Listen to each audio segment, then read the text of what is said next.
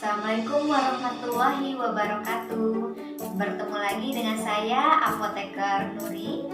Di sini saya akan menjelaskan sedikit mengenai farmakologi obat kardiovaskuler, yaitu obat-obatan yang dapat digunakan untuk terapi masalah kesehatan jantung.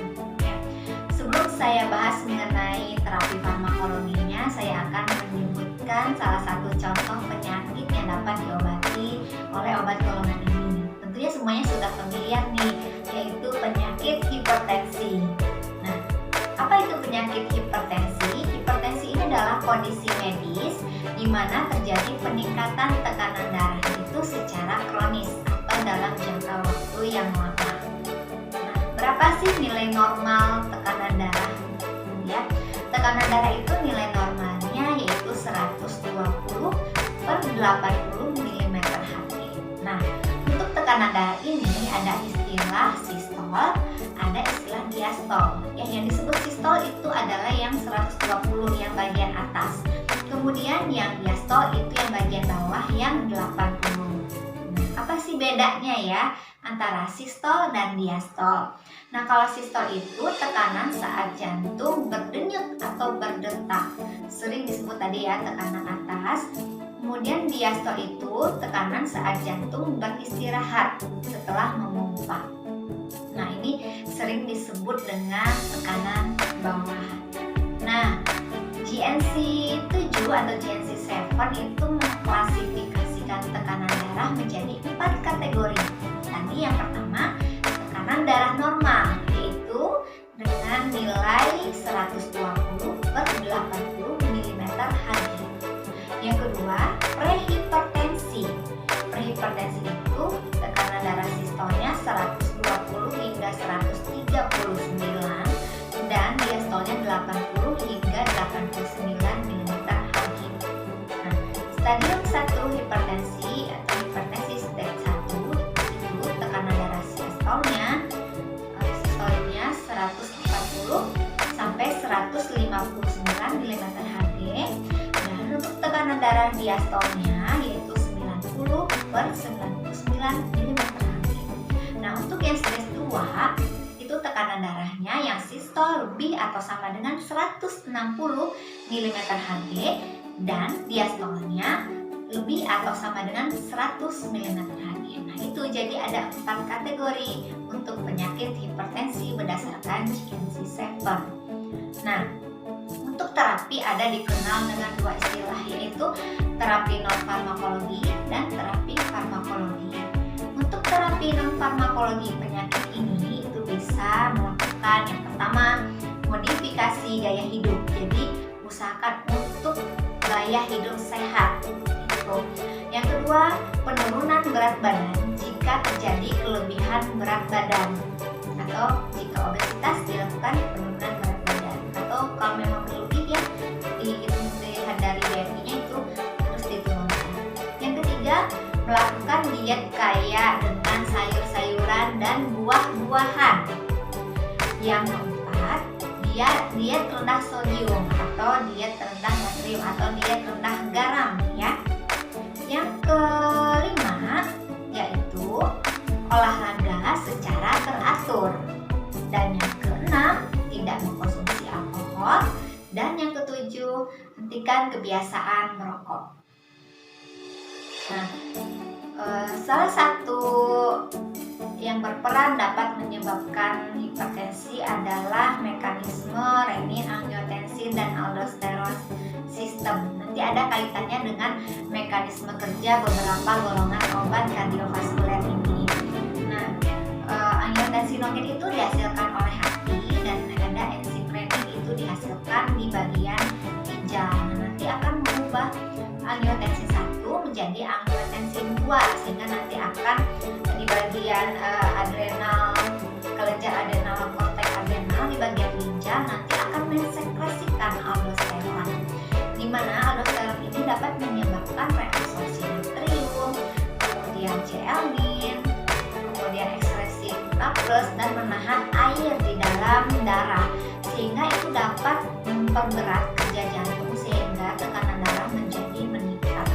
Selain itu, sistem ini juga dapat menyebabkan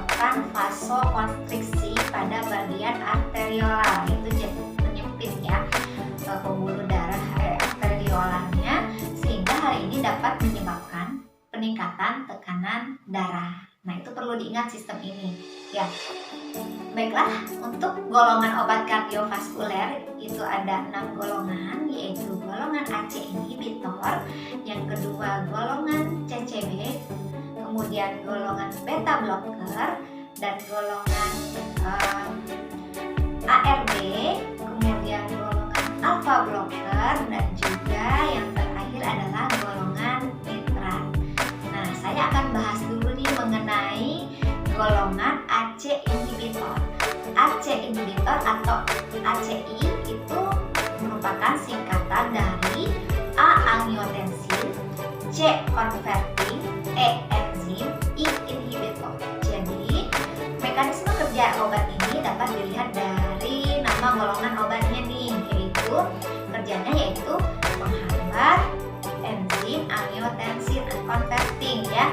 Jadi obat ini nanti akan mencegah perubahan angiotensin menjadi angiotensin 2. Tadi yang mekanisme renin angiotensin aldosteron yang saya jelaskan sebelumnya. Nah, ini ada kaitannya dengan obat golongan ini, itu mengubah terjadinya perubahan angiotensin 1 menjadi angiotensin 2 ya. Nah, ini kan nanti akan dapat mencegah terjadinya vasokonstriksi, kemudian sekresi aldosteron ya, sehingga nanti dapat menurunkan tekanan darah. Namun ACI ini juga dapat menghambat degradasi bradikinin dan menstimulasi sintesis substansi vasodilator lainnya kayak prostaglandin dan prostacyclin. Sehingga untuk obat ini yang mengenai tadi kerja dapat menghambat degradasi bradikinin sehingga dapat menyebabkan efek samping obat, yaitu menyebabkan batuk kering ya. Kemudian hiperkalemia juga, tetapi bisa dimonitori. Terus proteinuria dan gangguan fungsi ginjal ini beberapa efek samping yang dapat terjadi ketika mengkonsumsi obat ini. Nah, yang paling sering itu yaitu dapat menyebabkan batuk kering, sehingga obat ini dianjurkan untuk dihindarkan pada pasien yang memiliki riwayat batuk. Nah, nanti bisa memilih obat golongan lainnya. Contoh obat ini yaitu yang berakhiran pril, ada captopril, ada enalapril, ada lisinopril, ramipril, quinapril ya. Yang akhiran pril itu adalah golongan ACI ya, angiotensin converting enzyme inhibitor. Nah, golongan yang kedua yaitu golongan ARB, yaitu angiotensin reseptor blocker. Jadi dihambat ya. Gimana sih mekanisme kerjanya? Kan sama-sama angiotensin nih ya, tempat kerjanya ya dengan ACI tadi. Nah, kalau golongan ARB ini itu merupakan antagonis angiotensin 2. Jadi langsung kerjanya di angiotensin 2 sebagai antagonisnya. Yaitu ARB menahan langsung reseptor angiotensin tipe 1, yaitu reseptor memperantarai efek angiotensin 2 atau yang memediasi efek vasokonstriksi, rilis aldosteron, aktivasi simpatik ya. Sehingga obat ini nanti dapat menurunkan tekanan darah karena angiotensin 2-nya dihambat keluarnya ya oleh obat ARB ini. Nah, ada keunggulan obat ini dibandingkan dengan yang golongan ACE inhibitor. Nah, kalau golongan ARB ini dia tidak menghambat pemecahan bradikinin, sehingga efek samping yang tadi timbul di ACE inhibitor yaitu batuk kering itu tidak terjadi jika menggunakan obat golongan ini. Tapi ada beberapa efek samping obat lainnya yang dapat terjadi, yaitu hiperkalemia, gangguan ginjal, dan hipotensi ortostatik. Tapi untuk efek samping itu belum tentu akan muncul bagi setiap pasien, dan juga nanti bisa dimonitoring jika memerlukan obat ini dapat dimonitoring secara berkala. Nah, untuk obat ini ciri khasnya namanya yaitu yang berakhiran tan ya. Ada losartan, ada valsartan, itu contoh obatnya. Kita masuk ke golongan yang ketiga yaitu golongan nitrat. Nah, senyawa nitrat ini biasanya sering digunakan untuk terapi angina ya, angina pectoris. Nah,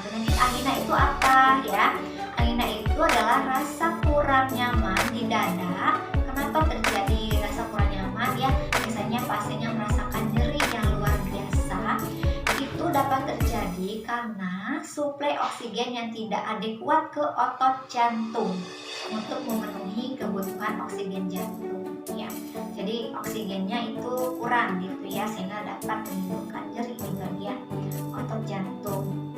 Nah, jadi perawatan untuk angina, terapi untuk angina ini tujuannya untuk mengurangi kebutuhan oksigen otot-otot jantung maupun menambah aliran darah ke daerah arteri koronaria.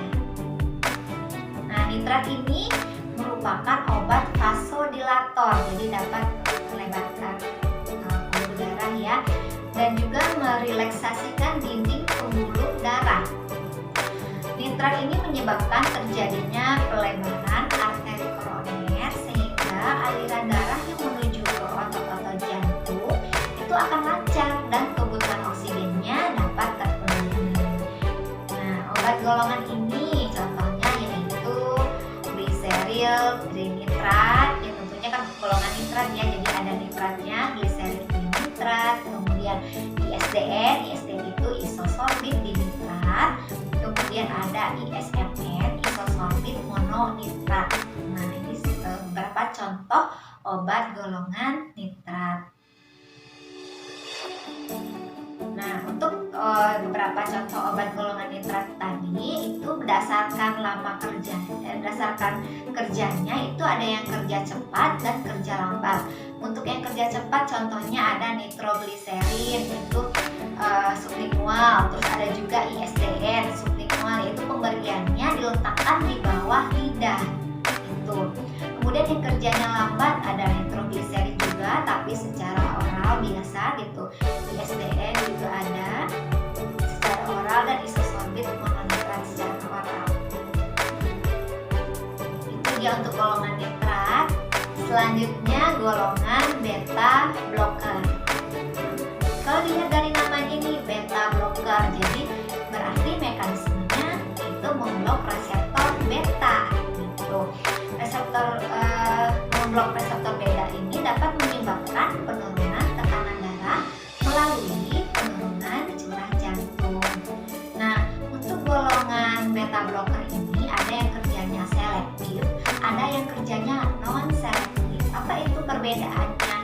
Nah, kalau untuk yang selektif itu dia lebih dapat menseleksi hanya bekerja di reseptor beta 1 saja. Nah, kalau yang non selektif kerjanya ada di beta 1 dan beta 2 kerjanya.